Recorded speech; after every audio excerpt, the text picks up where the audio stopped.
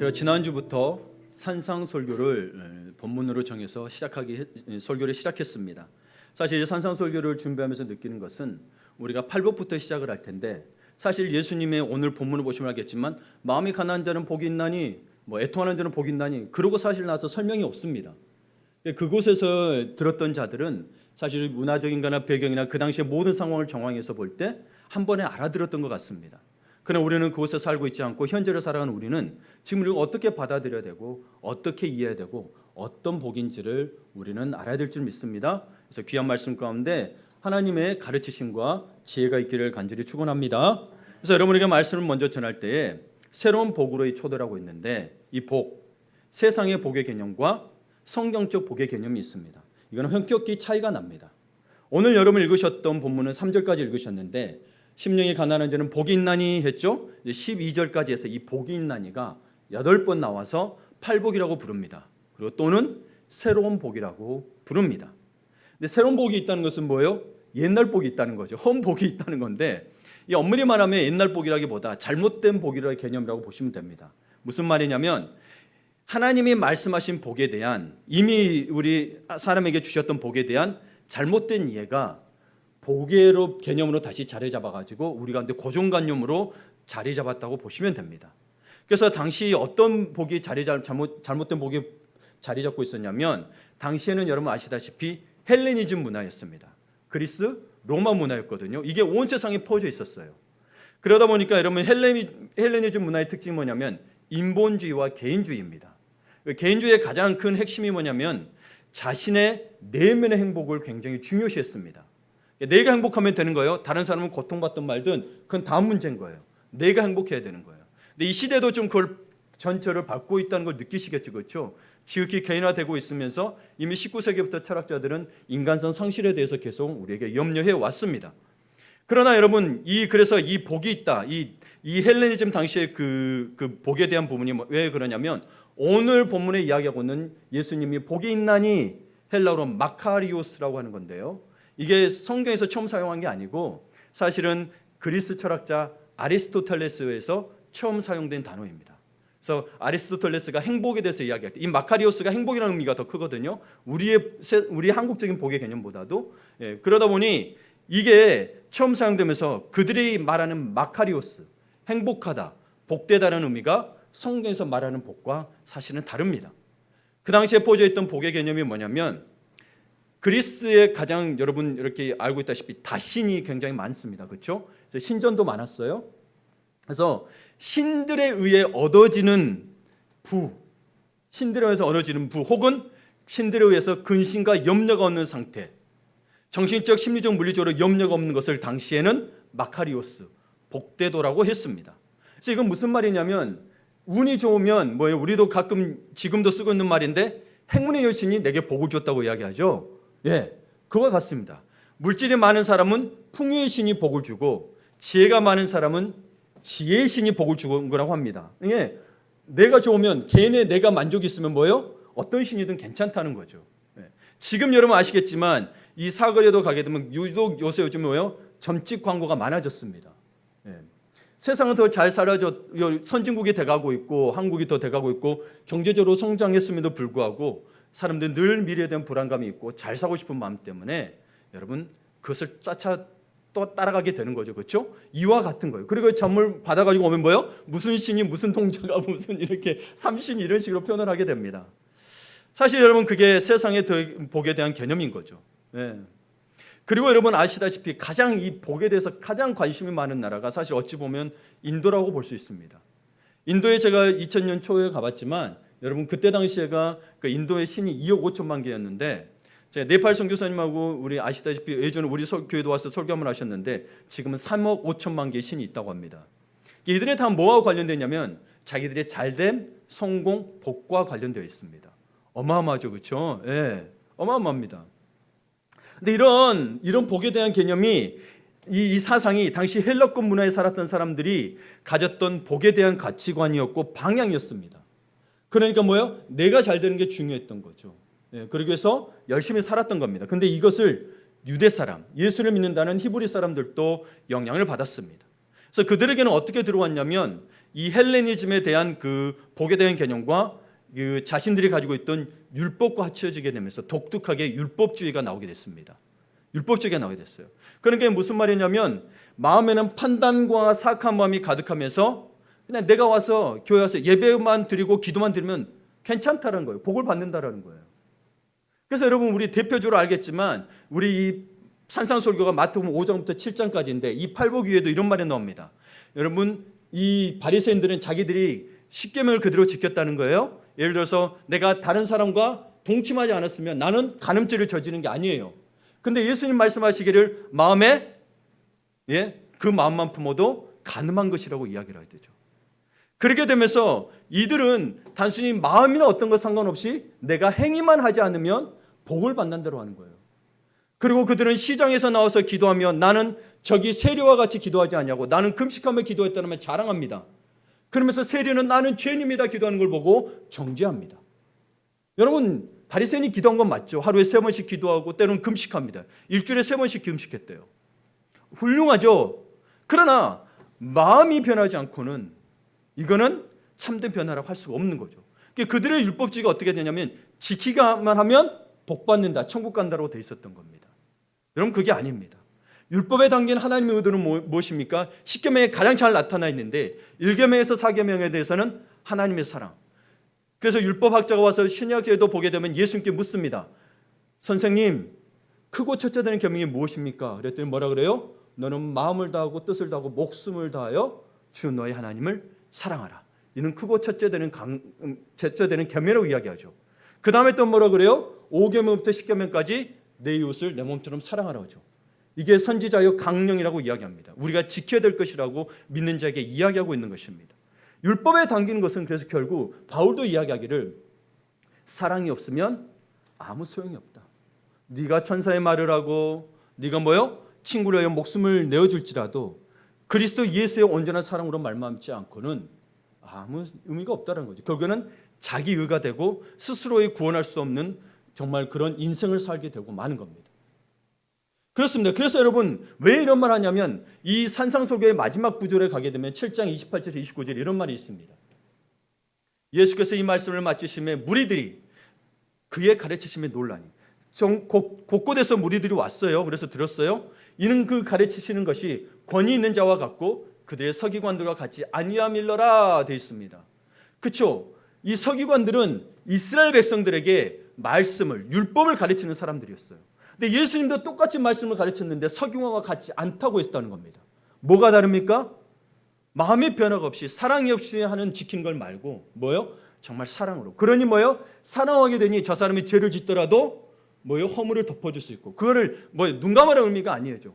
다시 기회를 주고 다시 살아날 수 있도록 우리가 계속 보듬어가고 용서하는 걸 말하는 거지. 바리새인들은 한 번만 어겨도 너 안 돼 지옥 가 이런 식으로 해버린 거예요. 우리는 우리 마음속에 그런 거 있는 거 아닌지 우리가 돌이켜야 됩니다. 우리는 우리 자신만의 행복과 우리 가족만의 행복을 바라고 있는 거는 단지 돌이켜봐야 됩니다. 바울도 그래서 나라와 민족의 지도자로서 기도하라는 것은 나라와 민족의 지도자들이 잘해야 우리의 백성들이 편안하니까 기도하라고 한 거거든요. 여러분만이 잘 되는 것만이 하나님의 뜻은 아닙니다. 하나님은 온 인류를 사랑하시고 기다리시기 때문입니다. 특별히 그래서 가르치는 것이 석윤과 같지 않다고 했습니다. 이것은 우리가 새로운 복의 초대라고 제가 말씀을 했지만 사실 새롭게 복을 주시겠다는 게 아니라 사람이 하나님이 말씀하시는 복을 인간의 욕심과 인간의 한계에 의해서 하나님의 원래 복을 왜곡시켜 버린 거예요. 그래서 예수님이 산상설교를 하시면서 뭘 하는 거냐면 복의 원래 의미를 바로 세우고자 하셨던 거죠.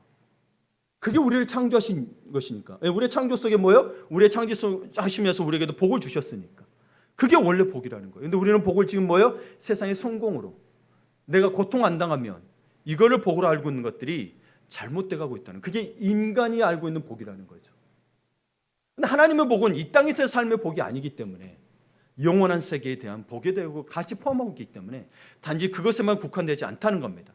그래서 오늘 예수님이 여러분 오늘 3절까지 보셨지만 3절부터 12절까지 보게 되면 복이 있나니가 8번 나오는데 거기에 뭐가 있냐면 마음이 가난한 자, 애통하는 자, 온유한 자, 의에 줄이고 목마른 자, 긍휼히 여기는 자, 마음이 청결한 자, 화평하게 하는 자, 의를 위하여 박해를 받는 자, 예수님 때문에 욕을 듣고 악담을 듣는 자가 복되다, 행복하다고 말하는 새로운 복을 이야기하고 있는 겁니다. 그전에는 이게 잘못 알았던 거죠. 이렇게 해야만이 천국 간다, 그게 아니고 원래 믿는 자에게 있는 복이란 걸 말씀하고 있습니다. 근데 여러분 생각해 보세요. 박해받고 악담을 듣는 게 무슨 복입니까? 세상의 복과 완전히 다르죠. 근데 우리는 그걸 피하고 있다는 거예요. 그리스도인은 복에 대해서 그래서 새롭게 알아야 됩니다. 새롭게 알아야 됩니다. 새로운 복은 곧 무엇이냐? 예수님의 모습이며 예수님의 성품입니다.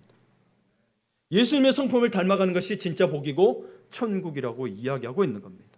그리고 이 새로운 복을 제자들에게 전했습니다. 사실 여러분, 우리 아까 마태복음에도 봤지만 7장 마지막 절에 봤지만 무리들이 있었어요. 그런데 예수님은 이 말씀을 듣고 각지에서 사람들이 많이 모여들었지만 특징적으로 오늘 마태복음과 이 평행구절에 되는 누가복음에서는 독특한 게 하나 있습니다. 오늘 5장 1절에 보게 되면 예수께서 무리를 보시고 산에 올라가 앉으시니 제자들이 나온지라 이야기합니다. 누가복음 6장 20절에 보게 되면 뭐라고 돼요? 예수께서 눈을 들어 제자들을 보시고 이르시되 되어 있습니다.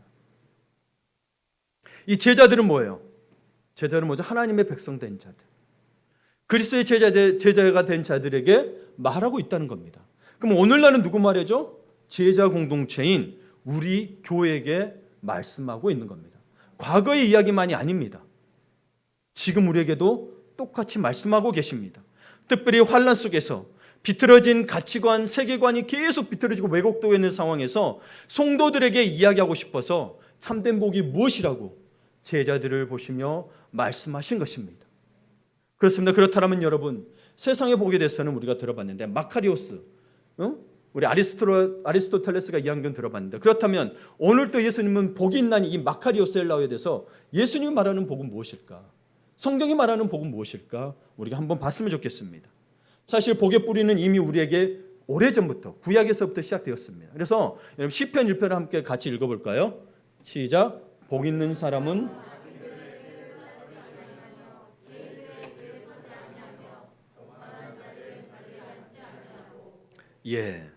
아멘. 복, 특별히 복 있는 사람이라고 아예 지칭하고 있는 거. 여기 우리 그 마태복음 5장도 보면 뭐요? 마음이 가난한 복이 있나니, 원래는 이게 앞에 와요. 복 있는 사람은 마음이 가난하다, 이게 더 맞아요. 도치법에 의해서 이게 강조가 되는 거거든요. 복이 있나니가 더 핵심이거든요. 근데 이제 한국말로 이렇게 표현을 했지만 이 복 있는 사람하고 이렇게 나와 있단 말이에요.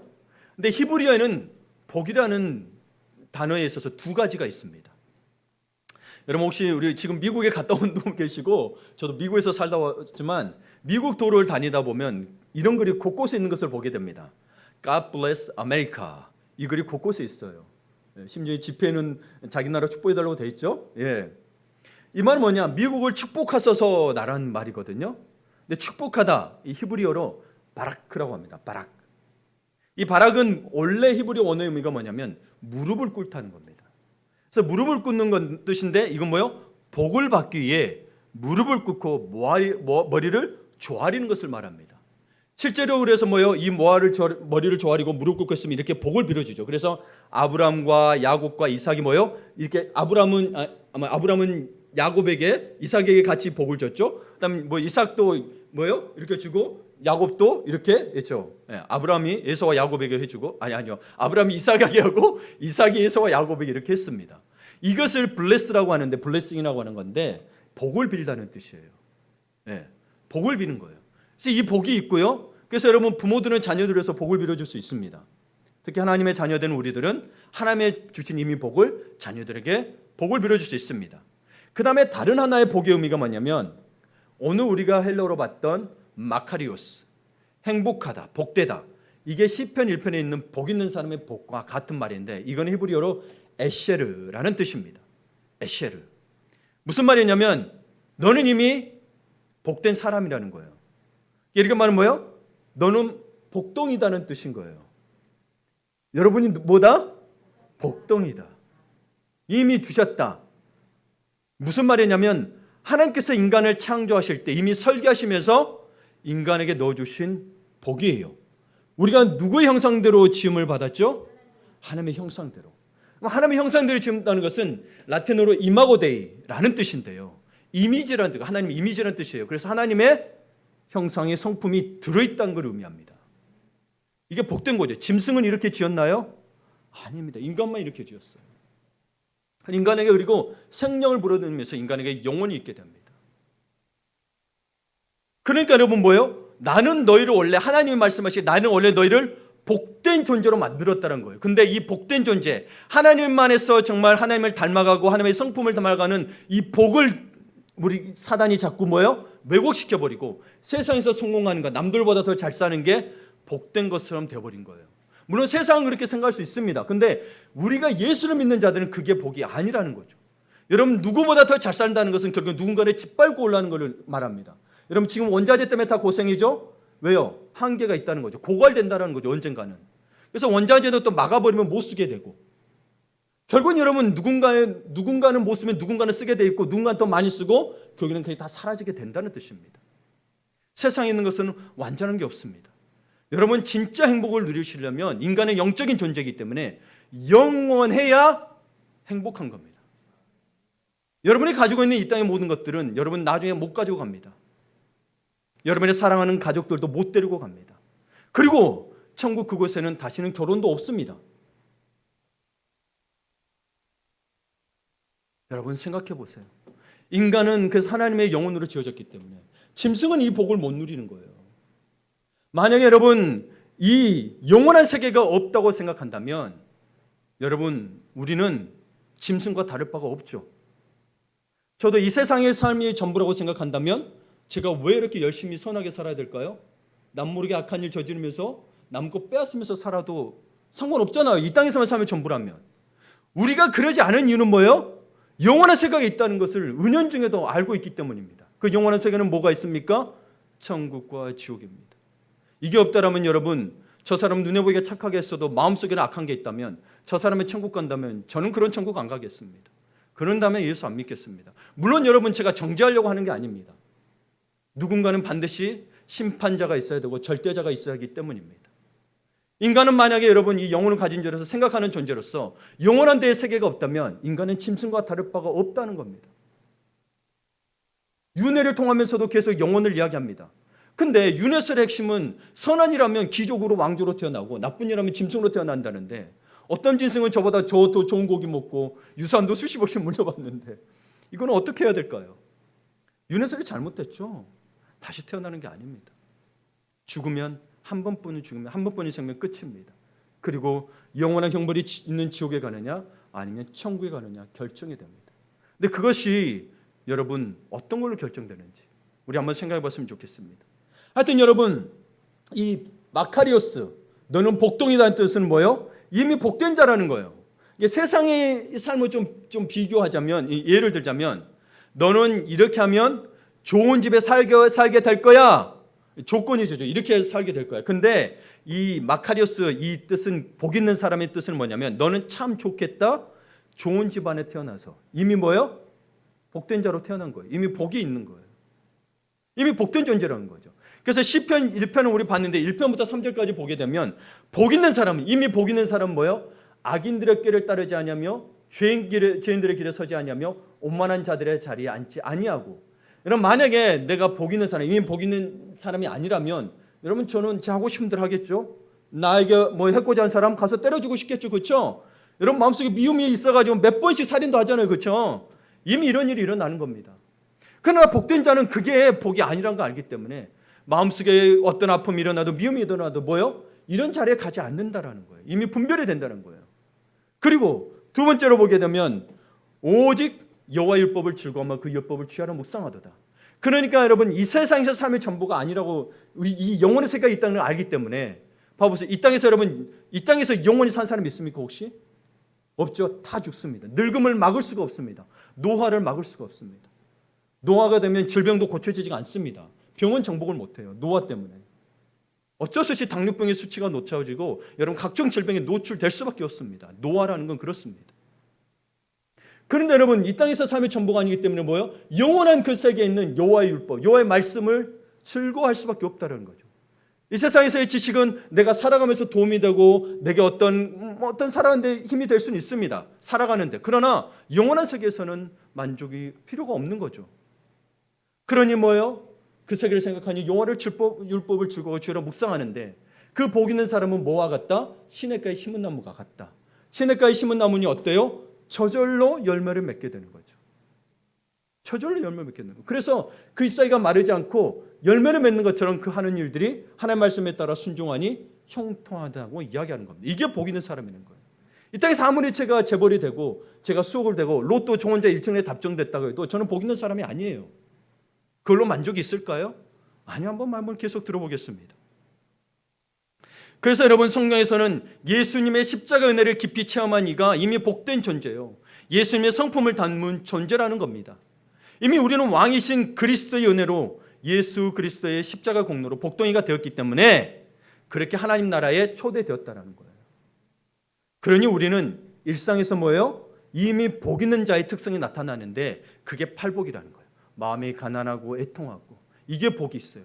그래서 우리가 첫 번째로 봐야 될 게 뭐냐? 첫 번째로 심령이 가난한 자는 복이 있나니 마음이 가난한 복이 있나니 천국이 저희 것입니다. 여러분 그래서 믿는 자에게는 이 8가지 복이 복되다고 했습니다. 결국에는 우리 믿는 자에게 존재론적 특성이 성품이 나타나는데 이 8가지가 나타나야 된다는 겁니다. 근데 여러분 이 8가지가 반드시 믿는 자가 아니라 하더라도 이것들이 같이 있다는 걸 압니다. 세상으로 따라갔을 때는 그게 결국에는 자신만의 행복임을 알게 되고 모든 인류를 위한 행복이 아님을 알게 됩니다. 어떤 학자는 그런 이야기를 했습니다. 성경에 보게 되면 세상에 종말이 온다고 했는데 이 학자는 이런 이야기를 한번 했습니다. 그러면 세상 모든 사람이 사랑하면 세상에 종말이 오지 않을 거라고 자기는 이야기를 했어요. 그렇죠. 여러분 이 8가지 성품만 닮아도 사실 어찌 보면 세상에 종말은 오지 않을 수 있습니다. 근데 인간이 그렇던가요? 왜 그 문제를 못 넘었을까요? 죄 때문에 그렇습니다. 오늘은 죄에 대한 부분의 이야기는 아니지만 그러니 여러분 심령이 가난한 자는 복되다고 했습니다. 이 심령이 가난한 자가 왜 복되는지 한번 보도록 하겠습니다. 예수님은 말씀하셨어요. 심령이 가난한 자는 복이 있나니 천국이 그들의 것임이라고 말씀하셨고 이 평행구절인 누가복음 6장 20절에도 뭐예요? 너희 가난한 자는 복이 있나니 하나님의 나라가 너희 것임이라고 했습니다. 이 누가복음에 지어져 있는 의사 누가거든요. 실제로 가난한 자, 경제적으로 빈곤한 자에게 관심이 많았습니다. 사실 여러분 가난해서 돈이 없으면 불편한 것이 참 많습니다. 그렇죠? 돈이 없으면 맛있는 음식도 먹지 못하고 손님이 왔는데 참 귀한 손님이 왔는데 대접도 못하고 좋은 옷도 사입지 못하고 춥고 불편한 집에서 살아야 할 때가 있습니다. 뿐만 아니라 갑자기 돈이 필요하게 되면 다른 사람을 찾아가서 구실거리며 돈을 빌려야 할 때도 있습니다. 여러분 또 담보조차 없으면 은행에서도 대출도 안 해주잖아요. 그러면 심지어는 대부업체까지 찾아가기도 합니다. 비참할 때가 있는 거죠. 그러나 성경을 전반적으로 보면 가난한 것이 반드시 나쁜 것이 아님을 알 수 있습니다. 왜냐하면 가난하기 때문에 겸손하고 가난하기 때문에 부지런하고 가난하기 때문에 정신 똑바로 박혀 있는 사람을 많이 볼 수 있기 때문입니다. 그런데 여러분 우리도 여러 번 뉴스도 보고 드라마도 나오지만 오히려 돈이 많기 때문에 정신이 흐리멍텅하고 돈이 많아서 죄를 짓고 돈이 많기 때문에 마약이나 여러 가지를 하게 되면서 사람을 망치는 경우가 많습니다. 여러분 그러나 이 가난한 자는 사실 경제적인 빈곤함을 내포하고 있습니다만은 그것만 포함하고 있는 것은 아닙니다. 이사야서 66장 2절에 보게 되면 나 여호와가 말하노라 내 손이 이 모든 것을 지었으므로 그들이 생겼느니라. 여호와는 창조자라고 이야기하고 있습니다. 그리고 무릇 마음이 가난하고 심령이 통회하며 내 말을 듣고 떠는 자 그 사람은 내가 돌보려니와. 여러분 이 말이 나오는 것은 사실 여호와께서 이사야 선지자에게 이스라엘 백성에 대해서 이야기하는 거거든요. 근데 이사야 선지자가 이 말을 했을 때가 어떤 상황이었냐면 사실 이때가 이스라엘 백성의 마음은 참으로 가난했습니다. 왜 가난했냐면 고향을 떠나 포로로 끌려갔어요. 바벨론에 끌려갔어요. 늘 드리던 예배도 중단하고 찬송도 드릴 수 없고 성전은 다 회파되고 성전은 회복되기가 얼마나 어려워 보이든지 그들은 그렇게 포로의 상태에서 그들의 마음은 스스로 해결할 수 있는 능력도 없고 자원도 아무것도 없다는 것을 깨달았습니다. 여러분 마음대로 안 되는 것들이 있습니다. 물질이 떼어서 마음대로 안 되는 것도 있어요. 그래서 그들은 절망이 아니라 자신들이 구원할 때 메시아를 기다렸습니다. 그래서 성경에서 말하는 히브리적 가난함이란 뭐냐면 심리적, 물리적, 정신적, 물질적으로 모두 가난함을 말합니다. 예. 그래서 심령이 가난하다고 말하는 것은, 복이 있다는 것은 나는 가난합니다, 나는 궁핍합니다, 주님밖에는 내 의지할 분이 없습니다라는 마음의 간절한 진실함의 상태를 말합니다. 예를 들어서 어떤 사람이 자신은 아주 건강하고 행복하며 부족한 것이 아무것도 염려할 것이 없다고 생각했습니다. 그리고 아주 유능하고 똑똑해서 이미 세상적으로 성공해서 지위도 있고 돈도 어느 정도 모았고 자녀도 안정되고 행복한 가운데 있다고 합시다. 그런데 어느 날 몸이 좋지 않아서 병원에 가서 진찰을 받았는데 검사 결과 어떤 심각한 병에 걸렸고 생명이 위험하다는 것을 알게 됩니다. 그러면 이 사람은 심각한 병에 걸렸다는 사실을 알고 난 후에 갑자기 마음이 가난해지기 시작합니다. 무슨 말이냐면 이 병 앞에서는 돈이 많은 것이나 지위나 학자도 명예도 소용이 없는 거예요. 그렇죠? 여러분 오늘 당장 죽을 병에 걸렸다면 여러분 이게 다 소용이 있을까요? 근데 왜 이렇게 붙들고 사는 걸까요? 그렇죠? 네. 근데 여러분 소용이 없어요. 왜냐하면 이 병을 치료되지 않으면 죽을 수밖에 없다는 것을 알게 되기 때문입니다. 그래서 살기 위해서라면 어떤 고통스러운 수술도 의사가 하라는 대로 맡겨둘걸요? 그렇죠? 왜냐하면 그는 살아야 하기 때문입니다. 여러분 우리 모든 인간에게는 심각한 영적 질병이 있습니다. 바로 죄입니다. 그 병을 고칠 수 있는 유일한 분은 예수 그리스도이십니다. 모든 인간은 죄를 범하였다고 되어 있습니다. 그렇기 때문에 여러분 행동을 안 하더라도 마음으로라도 죄를 보였기 때문에 인간 스스로를 구원할 수가 없습니다. 영원한 세계가 있다면 누군가가 우리의 죄를 멸하고 영원한 천국으로 이끌어줘야만이 가능한 일입니다. 네.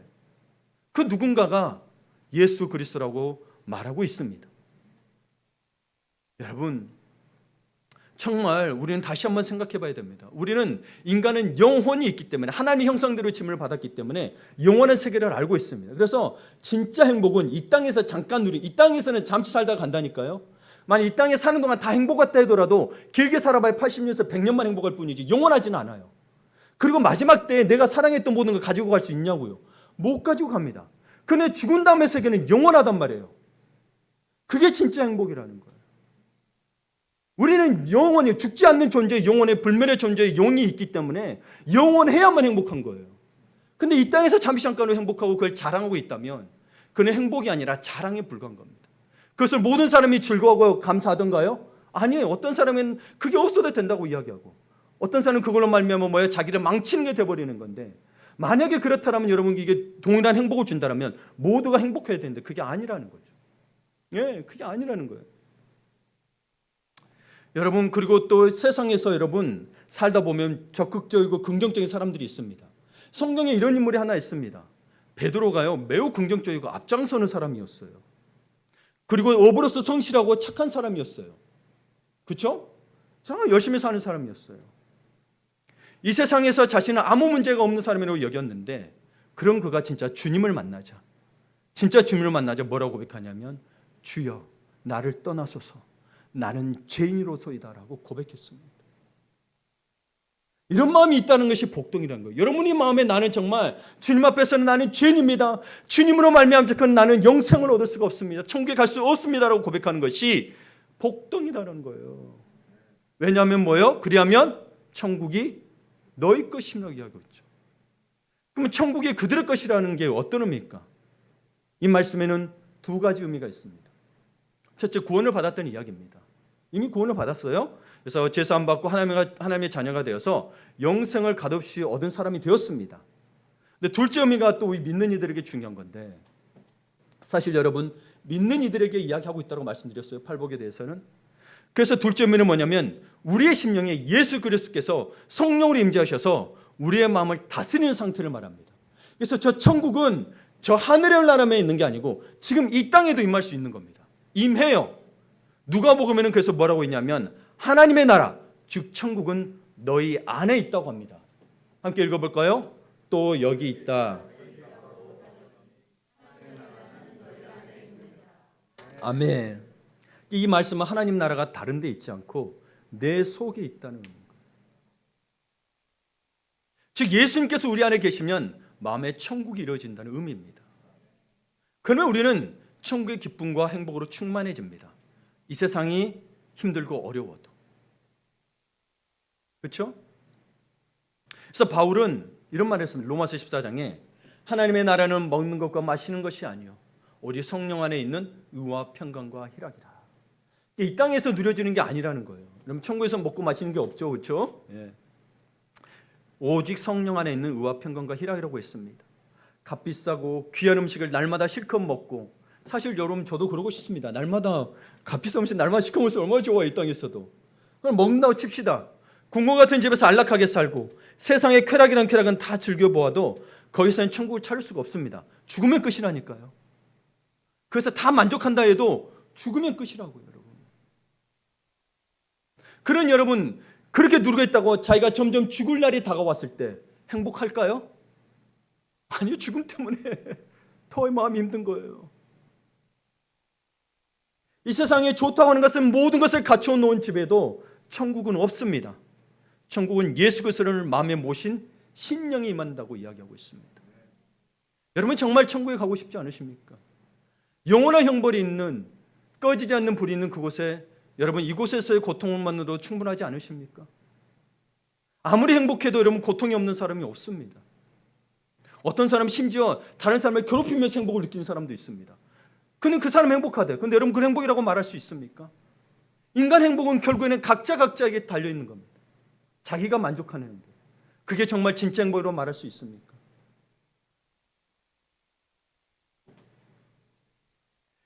영국 런던 경제대학의 로버트 우스터 교수가 한 발표한 자료가 있습니다. 그는 어떤 자료를 발표했냐면 전 세계 54개국을 대상으로 어느 나라 사람들이 가장 크게 행복을 느끼는지 행복지수를 조사했습니다. 그런데 놀랍게도 세상에서 가장 가난한 나라, 천재지변, 여기 홍수가 굉장히 많거든요. 산사태하고 이 가장 많은 나라인 방글라데시 사람들이 1위였습니다. 그들이 가장 행복하다고 고백했습니다. 예상을 완전히 뒤엎은 결과였죠. 그래서 54개국 중에서 미국은 46번째였고 한국은 23번째였습니다. 이건 뭘 말하죠? 이 자료는 경제적 부유함과 행복을 느끼는 것은 전혀 다른 이야기라는 사실을 입증합니다. 우리는 착각하고 있는 거죠. 그렇죠? 그래야 행복하다고. 그러니까 자기 세뇌와도 같아요. 자기 스스로 세뇌하는 거예요. 그런데 우스도 교수가 내린 결론이 매우 중요합니다. 선진국의 경우 물질적 포만도가 일정 수준을 지나면 소득 상승이 더 이상 행복에 영향을 주지 않는다는 겁니다. 실제로 아시겠지만 우리나라가 선진국의 반열에 들어가면서도 오히려 뭐예요? 그럼 행복해야 되는데 자살 지수가 높아지고 있죠. 어떻게 해야 될지 잘 모르겠습니다. 여하튼 잘 사는 나라 사람들은 적당한 수준의 부를 유지하고 있어서 그 수준 이상으로 돈을 벌고 재물을 쌓아도 행복과는 별로 관계가 없다는 뜻입니다. 제가 예전에 본 기록에 의하면 7만 불에서 10만 불 정도만 있으면 그 다음부터 행복지수는 안 올라간다고 이 발표가 났던 걸로 보게 되는데, 여하튼 제가 이 다른 기록에 본 게는 그 기록이 안 나와서 이렇게 제 옛날 기억을 꺼낸 것 뿐입니다. 여러분 그 수준 이상으로 돈을 벌고 재물을 쌓아도 행복과는 별로 관계가 없다는 거예요. 50평짜리 집에 살던 사람이 100평짜리 집으로 옮기면 며칠 동안은 기분이 좋을지 모르지만 그것은 행복과 전혀 관계가 없다는 거예요. 이미 만족이 있다라는 거예요. 예. 이미 일정 수준을 유지하고 있기 때문에 그 이상을 소유하는 것이 행복을 증가시키지는 않는다는 거. 어느 정도까지는 있어야 되는 건데, 예, 아무런 영향을 주지 못한다는 거예요. 우스도 교수의 말에 의하면 또 하나 중요한 것은 후진국에서 가난하게 사는 사람들의 경우는 소폭의 소득의 증가에도 조금만 생활이 나아져도 그것이 삶의 질에 큰 영향을 미친다는 겁니다. 그래서 예를 들면 20만 원밖에 월급을 못 받던 아빠가 회사가 잘 돼서 30만 원을 받아왔습니다. 그러면 10만 원이 더 많아진 것 때문에 가족이 매우 행복하답니다. 여러분 혹시 10만 원 때문에 매우 행복한 분 계세요 혹시? 그 정도는 안 되죠, 그렇죠? 한 1억 정도 있어야, 그렇죠? 못돼도 한 5천만 원 이상 돼요, 그렇죠? 그런 거예요. 상대적이 될 수밖에 없는 거예요. 그래서 이 정도만 돼도 행복이기 때문에 방글라데시 사람들은 행복을 더 많이 느끼는 거랍니다. 여러분 그러나 여러분 사실 가난이 누군가에게는 원수였거나 지금도 원수일 수 있지만, 여러분 원수이지만 가난이 복이라는 걸 알아야 됩니다. 왜냐하면 실제로 경제적으로 가난한 사람은 부자보다 마음을 쉽게 비울 수 있기 때문입니다. 가난한 사람은 심령의 가난도 쉽게 가질 수 있기 때문입니다. 여러분 성경에 보면 부자 청년 관원에 대한 이야기가 나옵니다. 이 사람이 와서 이야기하기를 예수님 나는 모든 율법을 지켰습니다. 나도 예수님과 동의하고 싶으면 제자가 되고 싶나 그랬더니 예수님 뭐라 그래요? 너 가진 것을 팔아서 가난한 자에게 나눠주라. 그랬더니 이 사람이 근심하며 돌아갔다고 됩니다. 자, 이 사람의 말에 모순이 있습니다. 율법을 다 지켰다고 했지만 10계명의 제일 첫째 계명을 어긴 겁니다. 왜요? 하나님과 물질이 하나님보다 더 위에 더 있었던 거죠. 주 너의 하나님을 섬기라고 했고 우상 숭배를 하지 말라고 했지만 그 어긴 게 됐던 거예요. 그걸로 그 말을 근심하게 됐고 그러면서 나온 게 뭐예요? 낙타가 바늘길을 통과하는 게 부자가 천국에 드는 것보다 쉽다라고 이야기하면서 부가 얼마나 장애물이 되는지, 부가 나쁜 게 아니고요. 여러분 부가 우리에게 얼마나 장애물이 되는지를 이야기하고 있는 겁니다. 그래서 가난한 사람에게 예수님 먼저 찾아왔던 거고 사실 어찌 보면 우리 한국교회도 부흥했던 때가 뭐예요? 한국이 가난했던 때예요. 봐보세요.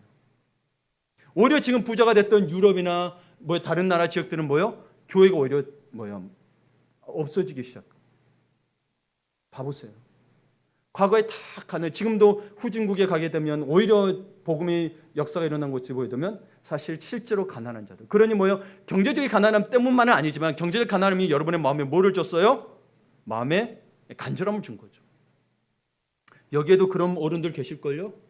네, 실제로. 네. 그리고 미국을 찾아갔던 사람도 처음에 우리 한국에 있던 사람들 아메리칸 드림이라고 해서 사실을 그렇게 성공하고 싶어서 가서 열심히 살았죠. 그 간절함이 사실 부를 이루어냈죠. 예. 그런데 여러분 봐보세요. 가난한 사람은 하나님 앞에나 사람 앞에서 잘났다고 자랑할 것이 별로 없습니다. 근데 부가 생기면 뭐예요? 교만해지더라는 거죠. 사실 부가 잘못된 게 아닌데 인간이 참 그래요. 예. 심지어는 여러분 어떤 일이 발생됐냐면 이 부 앞에서는 살인도 서슴없이합니다. 뉴스에도 최근에도 나왔던 걸 보게 되면 청부 살인들을 보게 되면 마치 여러분 제조업이 하층에 내려가듯이 청부도 하층에 내려가서 처음엔 한 몇천만 원이다가 어떤 사람이 동남아 사람이 몇십만 원에 사람을 죽이는 이 뉴스도 봤습니다. 여러분 참 가난하면 둘 중에 하나죠. 그러나 간절함이 있으니 여러분 바르게만 된다면 얼마나 주님 앞에서 복을 누리겠습니까? 예. 그리고 여러분 가난하다고 절망하지 마십시오. 자비로우신 예수 그리스도께서 남모르게 가난 때문에 한숨 쉬는 심령을 포근히 안아주십니다. 예. 경험하셨을 거예요. 저도 저희 어머니 보면서 저도 그랬습니다. 저도 그렇게 부유하게 산 건 아니었고 근데 부족함 없이는 살았어요. 근데 늘 부모님은 돈 때문에 싸웠거든요. 늘 부모님은 그러면 여러분 없는 건지 있는 건지 잘 모르겠습니다만은 여러분 아버지가 딱 그 정도만 주고 말았거든요. 그러면 우리 학원을 보내고 싶거나 뭐하거나 이걸 전혀 못했었어요. 예.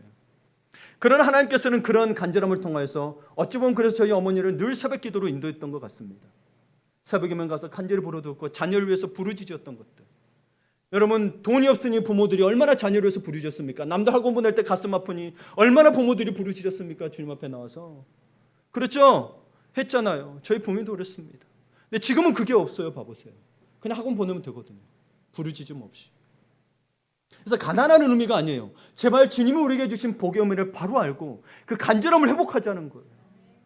영생이 달려있다. 여러분의 영혼의 생명이 달려있다니까요. 이 땅에서 잘 사는 문제보다도 더 중요한 문제가 달려있다는 거예요. 더 중요한 문제가 달려있다는 거예요. 그래서 여러분 가난하다고 불행하지는 않습니다. 물질적으로 부하든 가난하든 큰 문제가 안 됩니다. 교회 안에는 물질이 많아도 심령이 가난한 사람들이 많습니다.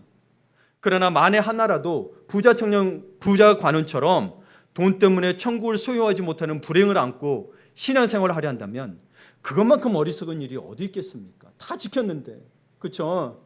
그럴 바에는 차라리 주님이 원하시는 일을 위해 물질을 쓰고 마음에 천국을 소유하시기를 바랍니다. 예. 이제 말씀을 정리하고자 합니다. 심령의 가난은 하나님 앞에서 우리가 가져야 하는 마음의 애티튜드, 마음의 태도를 말합니다. 만유의 주가 되시고 천지 만물을 창조하신 하나님 아버지, 우리를 창조하신 하나님 아버지 앞에 나갈 때는 마음이 가난해야 합니다. 마음을 비우는 것이 심령의 가난입니다. 여러분 그분 앞에 세상에 있는 거 다 드린다고 그분이 없는 분인가요? 그분이 있어봐야 뭐예요? 우주를 창조하신 분인데. 근데 자꾸 그것만 드리고 뭐 드리기만 하고 교회는 안 올라 그래. 아무 쓸모 없습니다. 아무 쓸모 없어요. 단지 여러분의 시험에 들지 않도록 주님 앞에서 지혜롭게 사용하라고 하는 거지. 여러분, 하나님 앞에서는 철저하게 낮아지는 마음의 태도가 있어야 됩니다. 이게 심령이 가난한 겁니다. 다 이루고 난 다음에 올게요. 언제 이룰 거예요? 이거 하고 나면 더 하고 싶은 거 많잖아요. 그렇죠?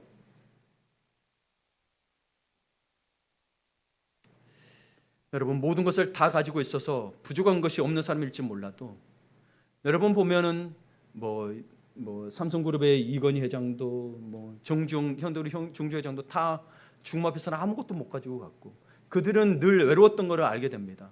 그래서 여러분 알다시피 또 그런 안 좋은 그런 이야기도 있습니다만은, 여하튼 외롭고 힘들었던 거예요. 가진다고 해서 다 행복한 게 아니에요. 그러니 주님 앞에서 여러분 온전히 나와서, 사실은 그런 문제를 뭐 때문이냐면 죄 문제 때문에 그런 거예요.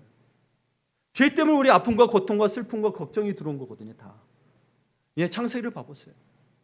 그러니 우리에게 있는 원죄 문제, 죄성에 대한 문제들을 온전히 해결했으면 우리 힘으로 해결이 안 돼요. 내가 아무리 이기려고 해결이 되는가요?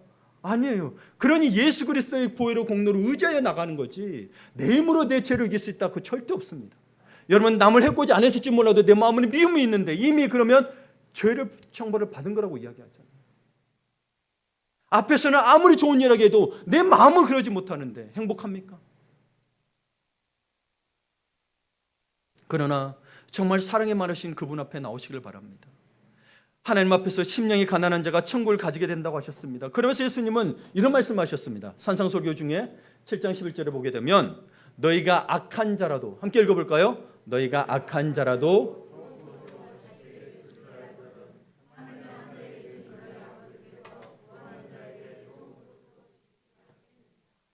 아멘. 그러면서 이야기합니다. 떡을 달랐는데 돌덩이를 줄 부모가 어디 있으며, 그렇죠? 뭘 달랐는데 뱀을 줄 아버지가 어디 있겠냐는 거예요. 그러니까 가장 좋은 것은 우리가 먼저 성령입니다. 주님이 내 안에 들어와서 영생에 대한 확신을 갖게 되는 건 성령님이 우리 안에 거하시기 때문입니다. 그리고 이 모든 것을 너에게 더하시리라. 물질적인 복도 주시고 세상의 지식이나 명예까지 주셔서 부족할 것이 없게 하시는 거거든요. 근데 우리가 이 주시는 분을 바라봐야 되는데, 주시는 거에 관심을 가진다면 마음이 가난한 게 아니라는 거죠. 자꾸 주시는 것 때문에 우리 떡은 관심 없고 떡고물에 정작 떡을 먹어야 돼. 오늘 떡 준비해 주셔서 감사합니다. 오늘 장례 참여했다고 이렇게 떡을 준비해 주셨는데, 하여튼 여러분 보세요. 주시는 거에 관심만 있다면 주시는 분, 모든 것을 가지시고 인도하신 분에게는 이건 마음이 가난한 게 아닌 거죠. 그게 욕심이고 탐욕이라는 거예요. 안 주신다는 게 아닙니다. 그러니 하나님 앞에서는 아무것도 아님을 깨닫는 것이 참으로 복된 인생입니다. 세상 부귀영화는 일시적인 것밖에 못 됩니다. 여러분, 만약 내일이라도 병이 들면, 우리는 이 세상의 복으로는 자기 자신을 차릴 수 없습니다. 죽음의 끝이라니까요. 그러니 우리 모든 마음에 주님을 모시고 그분을 섬기며 그분을 위해 아름답게 한 생을 드린다면, 그 행복은 영원한 지옥이 아니라 영원한 천국에까지 이어질 것입니다. 아멘. 아멘.